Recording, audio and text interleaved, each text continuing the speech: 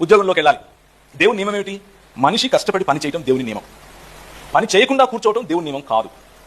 పని చేయకుండా నేను తింటాను అనంటే అది దేవుని నియమం కాదు. పని చేయడం దేవుని నియమం. ఏ పని చేయాలి? ఎవరు చెప్తా? ఏ పని చేయాలో? ఏ పని అన్నిటికంటే శ్రేష్టమైంది? శ్రేష్టమైన పని చెప్పండి. ఏం చెప్పాలి? ఏం చెప్తే వీడు మళ్ళా మనల్ని ఏమడుగుతాడు? దేవుని ఓకే, ఎలా చేయాలి దేవుని పరిచర్య? ఏ పనినా దేవునికి ఇష్టమే. దేవుడు వద్దు అని చెప్పిన దేవుని వాక్య పరిధిలో లేదా దేవుని వాక్య పరిధిలో ఆ వాక్య నియమాలకు వ్యతిరేకంగా ఉన్న పని తప్పు. ఉదాహరణకు నలుగురు కలిసి ఈరోజు కృష్ణపట్నం వేసేద్దాము, ప్రార్థన చేయరానట. ఈ ప్రార్థన చేసి టెంకాయ కొట్టాడు, వెళ్ళి దొంగతనం చేసి వచ్చారు. అది తప్పు. అది దేవుని వాక్యం చెప్పని పని. దేవుని వాక్యం చెప్పే పని ఏమిటి అంటే ఏ పనైనా సరే, అది మైక్ పట్టుకొని ప్రచారం చేయడం కావచ్చు, పర్సనల్ ఇవాంజలిజం కావచ్చు, డాక్టర్ కావచ్చు, మీ ఇష్టం. ఏ పనైనా సరే సమాజానికి, కుటుంబానికి, దేశానికి, వ్యక్తిగతంగా మీకు ఉపయోగపడే ఏ పనైనా సరే చేయాలి. పని చేయకుండా ఉంటే తప్పు. సో నేను కొత్తగా వెళ్ళి అంజనం వేయించుకోవాల్సిన అవసరం లేదు. గవ్వల జ్యోతిష్యుడి దగ్గరికి వెళ్ళి, కాటికాపర్ పెదరామయ్య దగ్గరికి వెళ్ళి నేను మైక్రోసాఫ్ట్లో చేరాలా లేదా గూగుల్లో చేరాలని అడగాల్సిన అవసరం లేదు. సింపుల్గా మీకు తెలియాల్సిన పని ఏంటంటే పని చేయాలి, కష్టపడి పని చేయాలి. కష్టమైన పని ఎప్పటికీ దేవుని వాక్య నియమాలకు వ్యతిరేకంగా ఉండకూడదు. That's all you need to look at. విధేయతతో మొదటి అడుగు వేస్తే రెండవ అడుగుకు వెలుగు వస్తుంది. నేను 20 సంవత్సరాలు ఉన్నప్పుడు దేవుడు నాతో మాట్లాడాడు. ఇందోర్, మధ్యప్రదేశ్లో ఇందోర్, నార్త్ అంటే ఉత్తర భారతదేశానికి నువ్వు మిషనరీగా వెళ్ళాలి, వెళ్ళు అన్నాడు. విధేయతతో నేను మొదటి అడుగు వేశాను.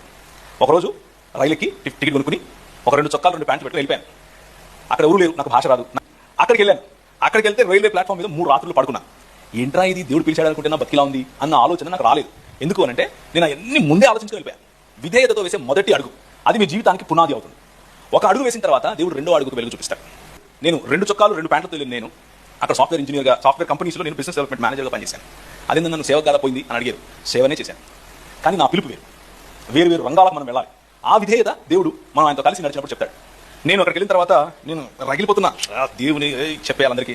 ప్రభు అన్నాడు యూనివర్సిటీలోకి వెళ్ళి జాయిన్ అవ్వన్నాడు. నేను చెప్పింది చేయరా బాబు, వెళ్ళి యూనివర్సిటీలో జాయిన్ అవ్వన్నాడు. రెండవ అడుగు నా పాదములకు దీపం. చదువు మంచిది, చదువు దేవుని రాజ్యానికి, దేవుని వ్యక్తిత్వానికి లేదా దేవుని వాక్య నియమాలకు వ్యతిరేకం కాదు, సేవకు అడ్డం కాదు. చదువు వెళ్ళాను, MBAలో ఇంటర్నేషనల్ బిజినెస్ చదివాను, యూనివర్సిటీలో చాలా పరిచయం చేశాను యువకుల మధ్య. ఆ తర్వాత 3వ అడుగు, 4వ అడుగు, 5వ అడుగు, అలా అంచెలంచెలుగా మన దర్శనాన్ని దేవుడు పెంచుతూ వస్తాడు. ఒక్కసారి వచ్చేసింది మొత్తం అంతా కట్టేసి మూట కట్టేసి నీకు ఇచ్చేస్తాడు అని కాదు. వాక్య పరిధిలో నిర్ణయాలు తీసుకుంటూ వెళ్తే యూ విల్ బి సక్సెస్ఫుల్. ఇంకా వేరే ఆప్షన్ లేదు, నువ్వు సక్సెసే ఉంటుంది నీకు. కాకపోతే నీ సక్సెస్ కున్న నీ డెఫినేషన్ మారిపోతుంది. ప్రజలకు సక్సెస్ కున్న డెఫినేషన్ ఏంటంటే ఎక్కువ ధనం సంపాదించాలి, ఇలా ఎక్కువ మెడల్ ఆస్తులు కట్టాలి, ఇలాంటివి. కానీ మనకున్న డెఫినేషన్ వాక్య పరిధిలో సక్సెస్, తృప్తి, సంతుష్టికరమైన జీవితం. రాత్రి పడుకుంటే ఆనందంగా నిద్ర వస్తుంది.